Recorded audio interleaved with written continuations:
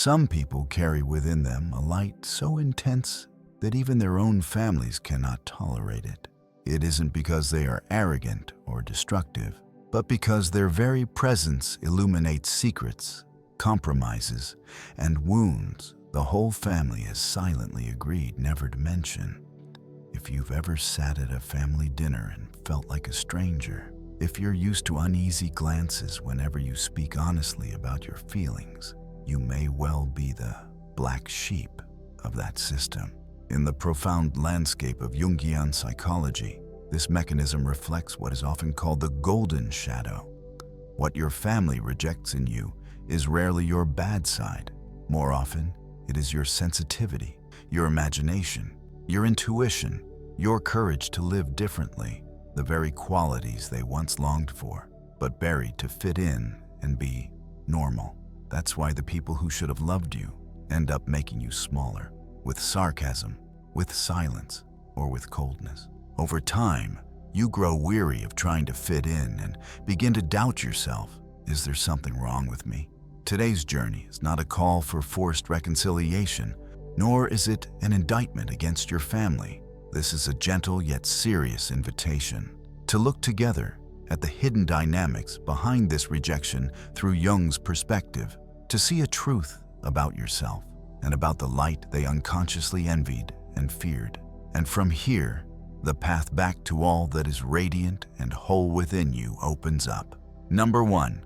The truth about the happy family and the collective shadow.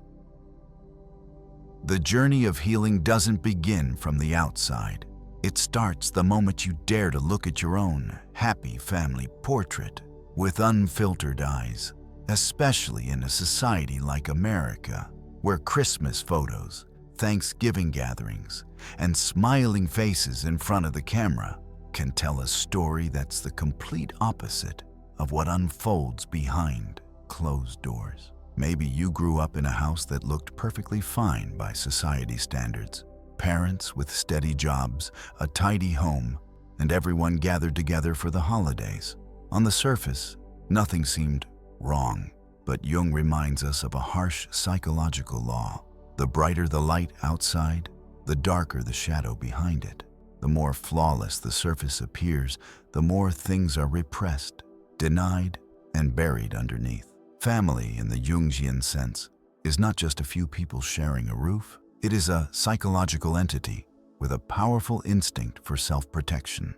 Its goal is to maintain stability at all costs, even if that stability is built on fear, shame, and denial of the truth. You might imagine the entire family system as a beautifully arranged room, while beneath the floor there are countless things hastily shoved under beds, into closets, or the attic, so long as no guest can see them. In Jung's language, what's crammed down there is called the collective shadow. It's not just individuals who have a shadow. Families do too. This is where denied addictions are hidden. Forgotten arguments are swept away. Abuse is renamed as something else, and dreams are sacrificed in the name of stability. No one wants to touch it, because touching it means pain. If you go a layer deeper, you'll find another concept: the family unconscious. You don't just live with your parents' psychology. You inherit the feelings of generations before them. How did your grandparents run away from emotion? How did they stay silent in the face of injustice? How many times has your family swallowed it down to keep the peace? All of this forms an underground current running through your family line, and you are born. You grow up within that very stream. What does this mean for you, the child who's been called different? It means that every time you sense something is off, you're not just bumping up against a conflict between you and your parents. You're touching a pattern of silence that's lasted for generations. You might feel too sensitive, too intense, but really, you're reacting to the weight of dozens, even hundreds of old wounds no one in your family was ever allowed to name. Maybe your grandmother once wanted to leave when her husband beat her, but she stayed. Your mother wanted to speak up, but she kept quiet. And now, it's your turn. Your body refuses to swallow it down any longer. When you respond honestly to what you feel, I'm not happy within the standards everyone is so proud of. You become an outsider. On a deeper level, your very presence challenges their entire past. If you are right, if your sense of falseness is accurate, then it means they have stayed silent for too long, compromised too much, turned their backs on themselves. That's a truth far too painful to face. It's much easier to conclude. The problem is with you. Pause for a moment. Do you remember how your body would change the moment you stepped through the front door? That feeling in your stomach tightening, your shoulders tensing without you realizing, your breath growing short, even when no one is shouting, no one is hitting. That isn't a random weakness. It is your body, the most honest part of you, sounding the alarm that something is wrong with the energy in this house. It senses the gap between words and reality, between a smile and the tension no one names. In this context, the black sheep is not a troublemaker. In Jungian language, you are a sign of awakening. You're the one who asks questions no one wants to hear, the one who dares to say, "There's something not right here," when everyone else is pretending, even though they're exhausted. The one who cannot fully forget the sight of your father drunk, your mother crying, the apology that never came, the words that were swallowed. You're not as good at enduring as they are, not as used to it as they are. You're awake in a place where everyone has learned to keep sleeping just so they don't have to feel. If you've ever wondered, why does the atmosphere change the moment I walk in? Know that it's not your imagination. You don't walk into the room trying to upset anyone. You simply bring the truth, and it is the truth itself that unsettles the entire system. Your energy field, the way you look directly at what's real, the way you don't laugh off jokes that blur over real hurt, is different from the rest. That difference unconsciously forces others to confront themselves, and for many people, that's unbearable. Number 2, the scapegoat, when difference is labeled as pathology. In ancient communities, when the whole village was restless, they would choose an innocent animal and offer it as a sacrifice to restore peace. That story has never disappeared. It has only changed form. In modern families, the scapegoat is often the most different, the most sensitive, the most honest child. They become the one onto whom the entire system places its discomfort, fear, and shame, burdens no one else wants to carry. The simplest way to do this is labeling. You're too sensitive. You make a big deal out of nothing. You're always rebellious. Why can't you just be normal like everyone else? These are not just words of reproach. On a deeper level, they are defensive walls. When they call you rebellious, they are not describing your character. They are protecting their own reassuring self-image. In Jung's language, this is projection. Imagine that each person's mind is a projector, inside holding parts they don't want to see. The fear of being weak, regret for abandoning dreams, anger from old wounds. Instead of turning inward, they unconsciously project those images onto whoever brings up those feelings, the one who dares to do what they could not. Very often, that person is you. You dare to ask questions. They call it defiance. You're moved by injustice. They call it drama. You want to walk a path different from family tradition. They call it delusion, unrealistic. In every label like this, there's an unspoken fear. Gradually, those labels begin to seep into you. At first, you resist, but over time you start to wonder, maybe I really am the problem. This is the moment the scapegoat mechanism completes its cycle. The system has succeeded in shifting the focus from its own unease to pathologizing your difference. But here is something important. This pattern did not begin with you. In many cases, if you look closely at your family history, you'll see there was already another black sheep before you. Maybe it was an aunt who lived far from the family, an uncle who always did his own thing, a sibling who was dismissed as a half-baked artist. Sometimes it was your very own parent who once stood in that place, but they grew tired. They gave in. They chose compromise for the sake of peace. A friend of mine is a clear example. He grew up in a family where everything was by the book. His father was an engineer, his mother a teacher, and he had a brother. He was the one who always asked questions, who liked to argue, who wanted to do things differently. The whole family talked about him with a tone that was both pitying and mocking. He always has to make things harder than they need to be. Eventually, in order to prove he was normal, he chose a stable office job, shutting down all the creative and sensitive parts of himself.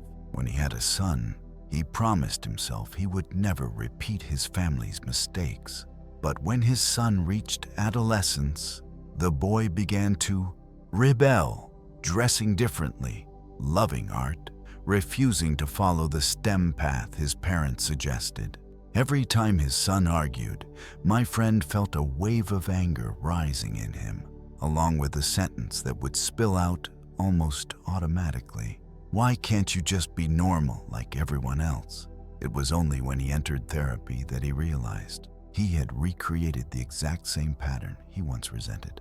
Not only that, but he was unconsciously pushing the role of black sheep onto his son, letting the boy carry the inner conflict he himself hadn't resolved. When he understood this, he broke down in tears, not because he was a bad father, but because he saw so clearly what Jung always reminded us: what we do not make conscious will continue to play out as fate. This is also why realizing you are being labeled and refusing to swallow those labels is not just an act of self-protection. It's also how you break a long chain of scapegoating in the family.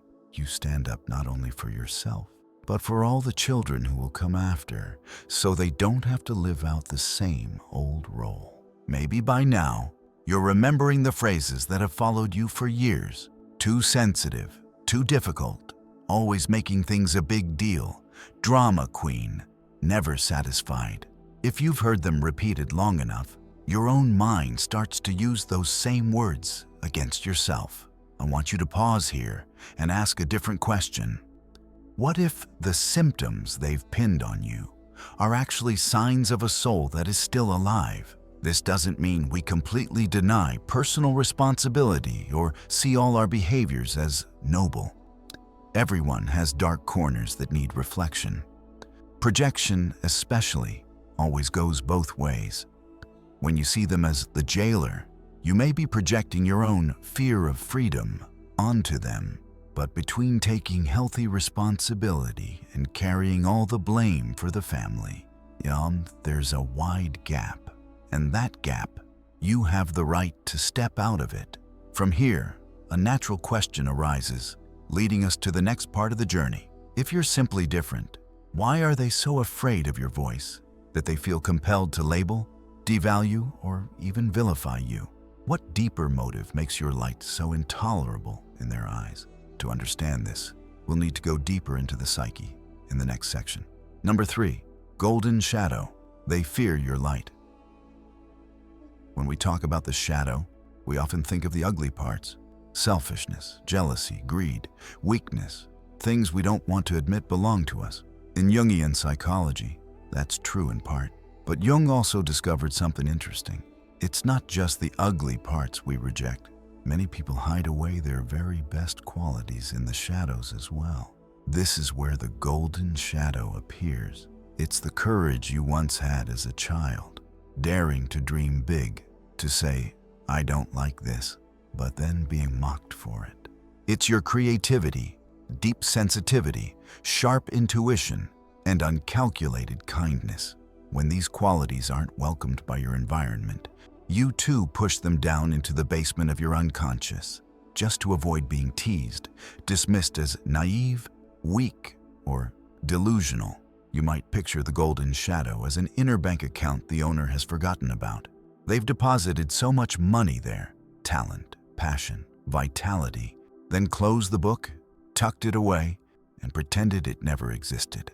And then, one day, they see you spending exactly that kind of money in your life, daring to love the way you want, daring to do work that brings you alive, daring to speak your truth. They don't realize these were once their own treasures. All they feel is a hard-to-name discomfort. Some deep part of them knows, I once had that too. And along with that recognition comes the pain of all the times they didn't dare to use it. Jung made a sharp observation. People aren't envious of what is truly foreign to them. We envy what we vaguely recognize as belonging to us, but we have not lived. Someone who never longed for creativity rarely resents an artist. But someone who once wanted to paint, who put the brush down for the safe path, might feel a surge of envy when they see you living off your art, choosing uncertainty to stay true to yourself. This happens in society far more than we realize. Think of someone working at a big company, earning a good salary, solid insurance. Yet, every morning is an internal negotiation just to get out of bed. That person has learned to call this adulthood. Go to work, pay the bills, contribute to the 401k. When you, a child, a sibling, a friend, say you're taking a pay cut to work at a nonprofit, or opening a tiny cafe, or pursuing music, that isn't just a different career choice. It strikes right at the question they buried long ago. And what about me? How much of my life have I actually lived the way I wanted? Or take marriage. Many people grow up in a culture of stay together for the kids, staying in lifeless relationships and calling it sacrifice, calling it responsibility. If one day you choose to leave a marriage that's safe but dead inside, to live a life that may look lonely on paper but feels truer to your soul, you accidentally become a mirror. They don't just see you, they see in you every time they turn their backs on the small inner voice within themselves. That discomfort is too painful. So it's much easier to conclude, you're selfish, you're destroying the family, instead of admitting, I once wanted that too, but I couldn't dare. Even changing your spiritual beliefs can trigger the golden shadow. When you step away from your family's religious tradition to seek your own spiritual path, those who stay behind may feel betrayed, not just because you are different, but because, on a very deep level, your search reminds them of questions they once had, of doubts that flickered within them, but that they extinguished to keep peace within the community. This kind of envy rarely appears as an honest confession. Instead, it seeps into life through subtle expressions. You share your excitement about your first project. They listen, nod, then quickly change the subject to real estate prices or the weather. You mention being invited to speak somewhere. They congratulate you half-heartedly and then add, but don't get your hopes up. Things come and go so quickly these days. You're glowing from a small success, and they find a tiny detail to correct. Yeah, that's fine, but why not do it at X for more professionalism? In families that value practicality, envy is often wrapped in the language of life experience. I'm just saying this because I've been through more than you. It comes dressed as wisdom. In this country, you have to think about security first.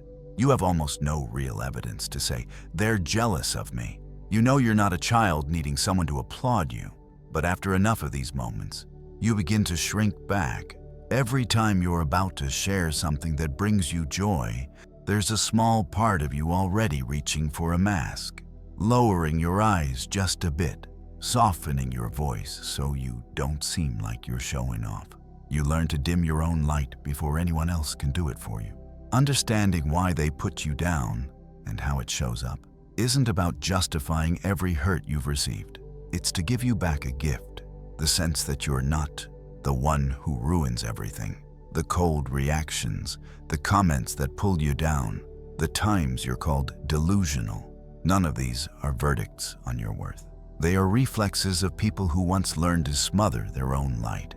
From this perspective, you may notice a small shift within yourself. It might be a movement from what's wrong with me to, oh, so this is really about them and themselves.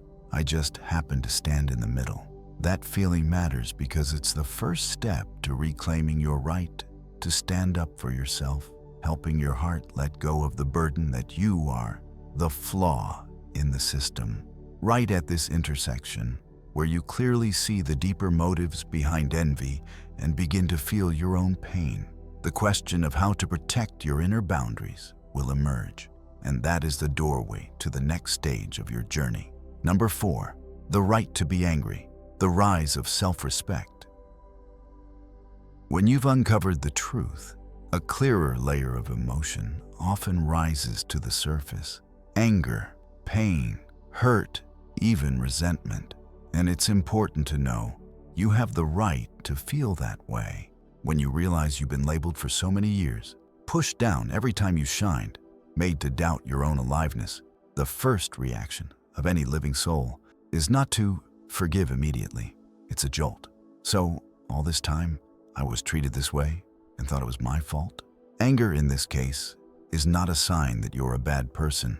It's a sign that your soul's immune system is waking up and saying, enough, something has gone too far.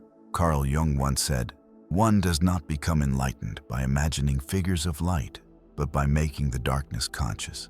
You don't find clarity by trying to think only positive thoughts, by forcing yourself to be gentle, forgiving, and kind just to look good. You step into true inner maturity when you dare to look directly at the shadow, at the anger, the outrage, the woundedness you were taught you shouldn't have. That anger, seen through the eyes of a deep analyst, is not the enemy. It's like a fever. A fever is not the goal, but it's a signal the body is fighting off something foreign. You don't want to stay feverish forever, but if you only take medicine to bring down the fever and never ask, what am I infected with? You're missing an important message. Anger is the same. It points to where something has been violated. Your boundaries, your dignity, your truth. Here, there is a crucial difference that few people teach. The difference between destructive anger and conscious anger. Destructive anger is when all your energy is blasted outward. You want to smash everything, to make them hurt the way you hurt, to teach them a lesson. If you can't do that, you turn it inward, berating yourself, punishing yourself, telling yourself, I'm a terrible person for feeling this way. That's anger sweeping you away like a flood. With no one at the helm, it can exhaust you, cause more damage. But deep down, it's still a desperate effort to protect something inside. Conscious anger is different. It isn't louder, but it's clearer. It stands beside you, points to a memory, a sentence, a situation, and whispers, look here, something wasn't fair to me. It doesn't demand you lash out, but invites you to pause, to be present with your feelings instead of swallowing them or spitting them out. From that place, anger becomes the ground for you to say a simple sentence you were never allowed to say as a child. I have limits too, and this is where I can't take anymore. If you're like many other sensitive adults, there's a good chance you were taught from childhood that anger is bad, out of control, or immature. You hear these voices clearly in your mind. You're grown up now, still angry about the past? That's weak. Mature people let go of what their parents did. Everyone's been hurt. Maybe I'm selfish to feel offended. Maybe I'm overreacting. These inner dialogues aren't your original voice. They are words you heard so many times that your mind has begun to use them to police itself. I invite you to see what happens if, this time, you don't rush to shut your anger down. In that moment, what did your body feel? Did your chest tighten? Did your face flush with heat? Did your throat want to say more, but suddenly go dry? Let yourself recall that moment. Without letting judgment step in, simply acknowledge, there, I was put down. No sugarcoating, no extra reasons like, maybe they were busy, maybe they were worried about me. Those things may be true, but if you use them too soon, they become a way to pour cement over a wound you haven't even looked at. Today, you're mature enough to face your own feelings and name them. That isn't selfishness, that's honesty. From this perspective, your anger is no longer an enemy. It becomes an ally. When you allow yourself to feel fully like that, another question will start to arise, naturally, quietly. If I truly respected my feelings, what would I allow, and what would I no longer allow? This is where the concept of boundaries begins to take root inside you. Not boundaries as loud ultimatums, not the kind of confrontations that settle everything in one go, but a deep awareness of an invisible line. This is the space I no longer want anyone to cross. This is the way I will not accept being treated anymore. At this stage, you don't need to know exactly what to say or do. We'll talk about practices, about concrete steps, later on in this journey. For now, What matters is this: to be angry is part of being alive. You don't have to be a saint. You don't have to forgive while your heart is still bleeding. You can let your anger sit beside you like an old friend. When you do, you've already taken a long step back towards self-respect. And that is also when you get the chance to look more honestly at your own life. You begin to notice a painful but real truth. Your family doesn't always need to show up to make you shrink. Many times, you do it to yourself. Number 5, self-sabotage, born from unconscious loyalty. Maybe you've experienced this. You're about to receive a good opportunity and suddenly you miss it. You're invited to do something you once dreamed of, but then you just happen to get sick, run late, or forget. In relationships, you meet someone kind, attentive, and respectful, and yet you feel nothing. You sense no spark. Meanwhile, you're strongly drawn to people who are cold, unstable, or make you chase after them. After a few rounds of this, you might conclude, maybe I'm just useless. I don't know how to seize my chances. But if you look through the lens of Jung, the story is much more subtle. Let's go back a bit to those early moments when you first shined as a child. What happened? Who got uncomfortable? Who ignored you? Who mocked you? Who told you, don't show off? A child's brain learns at lightning speed. It doesn't analyze like an adult. It just connects. I do A. The world responds with B. If A means shining, being different, being honest, and B means coldness, shame, punishment, or ridicule, the child draws a simple and very lasting conclusion. Shining is dangerous. This conclusion doesn't sit at the level of conscious thought. If asked directly, you'd still say, of course, I want to succeed. I want to be happy. But deep beneath the surface, inside what Jung called a complex, the rule, shine equals danger, is still running. You can imagine each complex as a background program in your mind. It's written by emotionally powerful experiences, especially those that repeat in childhood. And by the time you're an adult, when you think you're freely choosing, sometimes those old programs are quietly steering the wheel. Because it was designed to protect you, this program is very active. Right before the deadline for an important opportunity, you suddenly freeze, scroll through social media, take on trivial tasks, and lose focus. You're offered a promotion, and just as you begin to feel happy, a strange sensation rises up. Tension, anxiety, feeling unworthy, fearing responsibility. You're in a good relationship, and suddenly you feel stifled, want to break it off, and look for reasons to start a fight. From the outside, it looks as if you're ruining your own happiness. From the inside, there's a very young, very frightened part of you whispering, don't go too far. Remember how much it hurt last time we were seen? Self-sabotage, in this sense, is not proof that you're weak or foolish. It is the scar of a protective system that once helped you survive in a family where shrinking yourself was the price of belonging, in a family where everyone has learned to shrink themselves for the sake of peace. Your shining isn't just about you. Unconsciously, it is seen as an act of betrayal. If the whole family has decided, this is enough, don't dream anymore, don't dig any deeper, don't be too honest, then your stepping beyond that limit can trigger their sense of threat. You're not just seen as the odd one out. You're also seen as the disloyal one.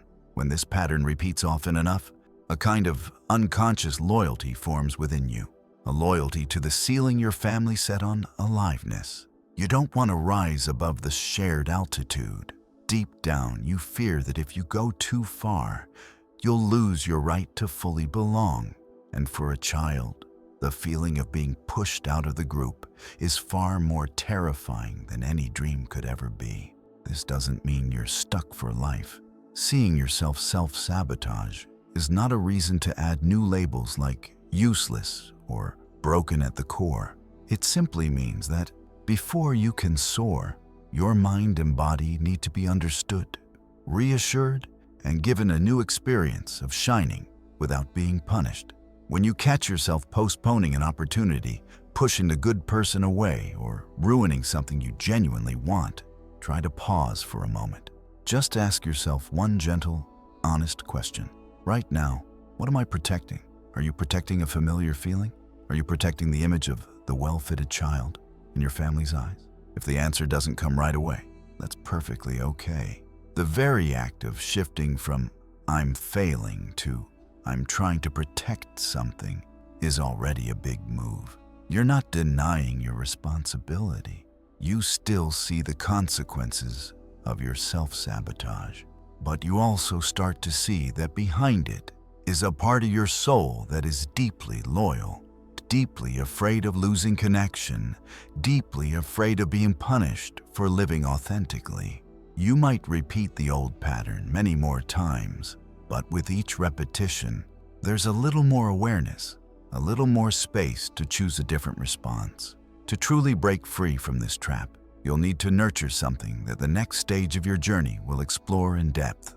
Inner sovereignty, the steady knowing that you have the right to stand with your own light, even if that makes someone in your family uncomfortable, even if you are no longer called the good one.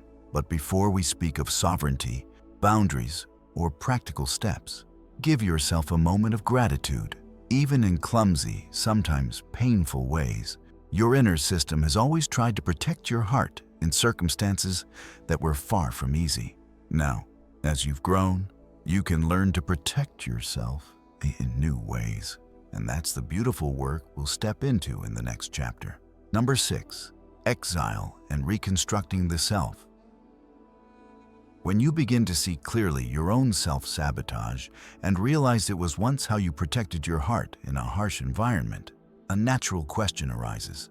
So from here, how will I protect myself differently? Often the answer begins with a very quiet stage, the stage of exile. Exile here doesn't just mean moving to another city, cutting off contact, or leaving the family group chat. Many times, you still live there, still see them at gatherings, still fulfill the basic social roles. But on a deeper level, a quiet inner movement is taking place. You begin to withdraw your energy from the old scripts. You no longer try to be the well-fitted child, no longer rush in to rescue everyone, no longer join every hopeless argument. You stop investing your heart in roles that once defined you. This stage is easily misunderstood, both by others and by yourself. It can look like silence, distance, being stranger than before. Others might call you cold or ungrateful. Inside, you may feel empty, lost, as if you're walking through a desert with no idea where you're headed. But from a Jungian perspective, the spiritual desert is more like an incubator, a temporary space that removes you from the noise of the old system, giving the truest parts of you a chance to take form without distortion. This is when you need to redefine your frame of reference. Until now, all your compasses have pointed in one direction: family's eyes, social standards, the familiar judgments. Am I okay? Meant, are they pleased with me? Am I valuable? Meant, do they acknowledge me? Jung called the self built on this ground a self made to survive, to be accepted, to make as few waves as possible. When you enter the spiritual desert, that ego no longer knows whom to measure itself against. You say no and still survive. You set a boundary, and the world doesn't collapse as you once imagined. The emptiness arises because the old frame of reference is dissolving, but the new one hasn't yet taken shape. Freedom, at this stage, is easily confused with loneliness. You're no longer tightly controlled, but you also don't have the inner strength to guide yourself yet. It's an uncomfortable in-between, and many people return to the old script just to escape the overwhelm of that emptiness. This is when you need to begin filling the emptiness with new values, rather than stuffing it again with old things just to feel safe. These values aren't wall slogans, but deeply personal sentences, close to daily life. I choose truth, even if it makes the conversation more awkward. I choose inner peace, even if others don't understand me. I choose loyalty to my own soul, rather than to the image of the good child. Each time you manage to live even a little according to these values, you're laying another brick for a new self, a self no longer forced to be fully defined by the family, but beginning to stand in relationship with something deeper, what Jung called the self, the true center of the soul, holding the fullest image of who you can become. This is also when you develop the capacity for self-validation.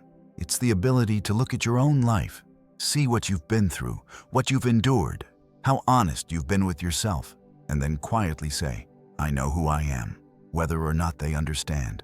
At the same time, you begin to transform the old labels that clung to you for years. The troublemaker, the odd one, the one who makes everything complicated.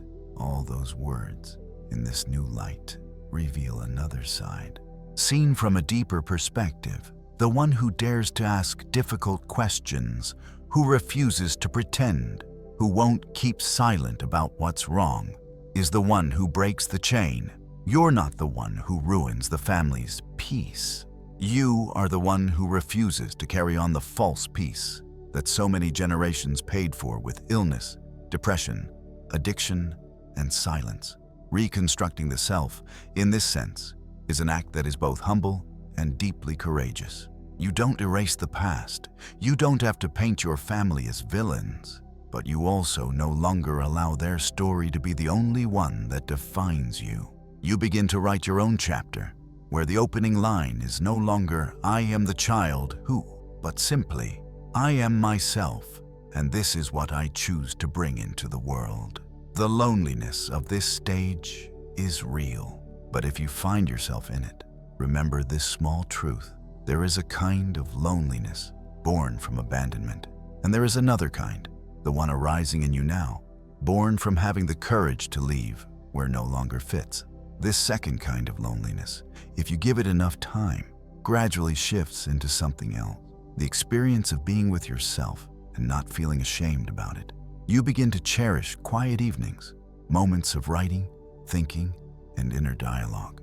These are the moments when your new self is being incubated, like a seed in the hothouse, not yet out in the storm, but already sending roots deep into the earth. As you cross this threshold, new choices will appear: how you will live, whom you will allow to walk beside you, how you will set your boundaries.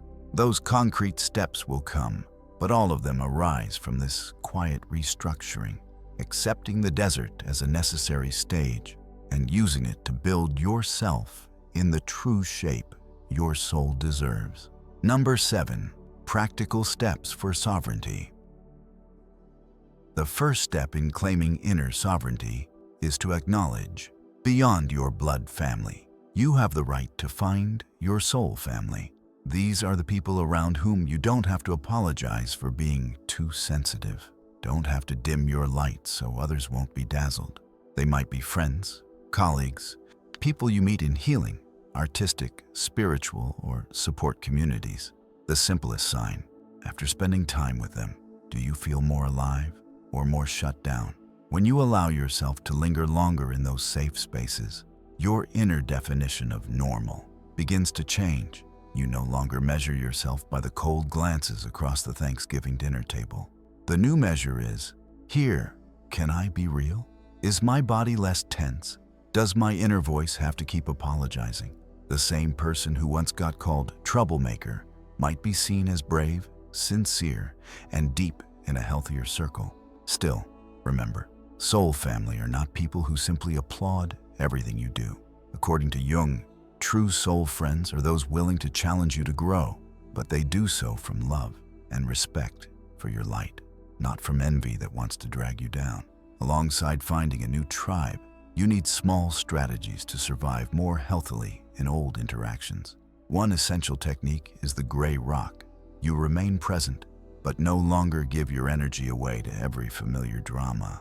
When someone brings up old stories, distorts the past, or needles you until you want to explode, you don't have to step into the role of self-defense. You can answer briefly and neutrally, then return to your breath, to the feeling of your feet on the ground. Let them crash into your calm surface and dissolve instead of dragging you into the vortex. There's no rush. Another small habit is learning to leave early. You don't need to stay until the last minute of every family dinner, every heavy conversation. If, after a while, your heart beats faster, your head feels tight, your body wants to leave, that's a signal. You have the right to say, I need to go rest, or I'm going to stop here, and actually stop.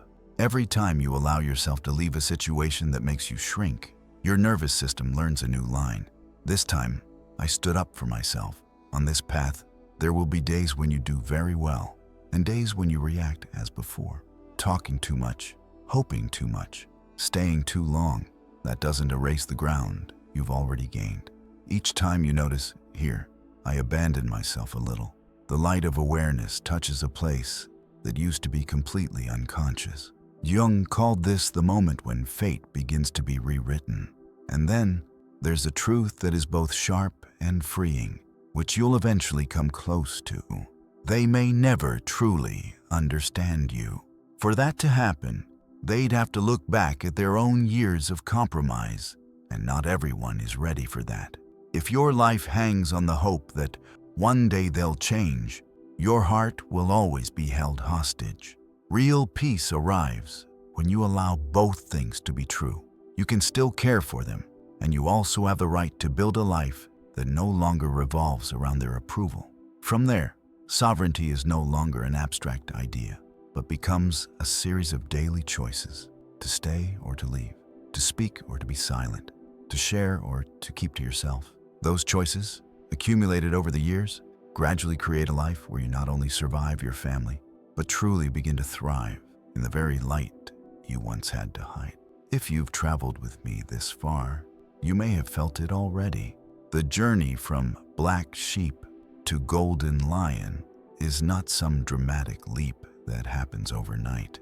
It's made of very small, very quiet steps, repeated day after day, daring to speak a little more honestly, to leave a little earlier, to stay with your feelings just one breath longer. You are doing something not only for yourself, by pausing, looking into the shadow, and reclaiming your own golden shadow. You are ending a generational cycle of silence, compromise, and self-abandonment. You are the one standing at the crossroads between past and future, and your choices today will reach people you'll never meet. Your children, your students, souls who will live more lightly because you dared to live authentically. In the end, becoming the golden lion doesn't mean you must completely reject your black sheep roots. You carry within you your family's bloodline, their pain, and their strength. The truest healing, wholeness, is when you can say, I come from them, but I do not repeat them. You keep the lessons, give back the burdens. If you see yourself in this video, write down, I reclaim my light. It's not just a comment. It's a message you send to your own soul. If you know another black sheep, share this video with them. And if you want to continue this journey of healing, to understand Jung more deeply, and to become a truly whole individual, please like, subscribe, and turn on notifications so you won't miss upcoming videos. We'll meet again. In the light, you no longer have to hide.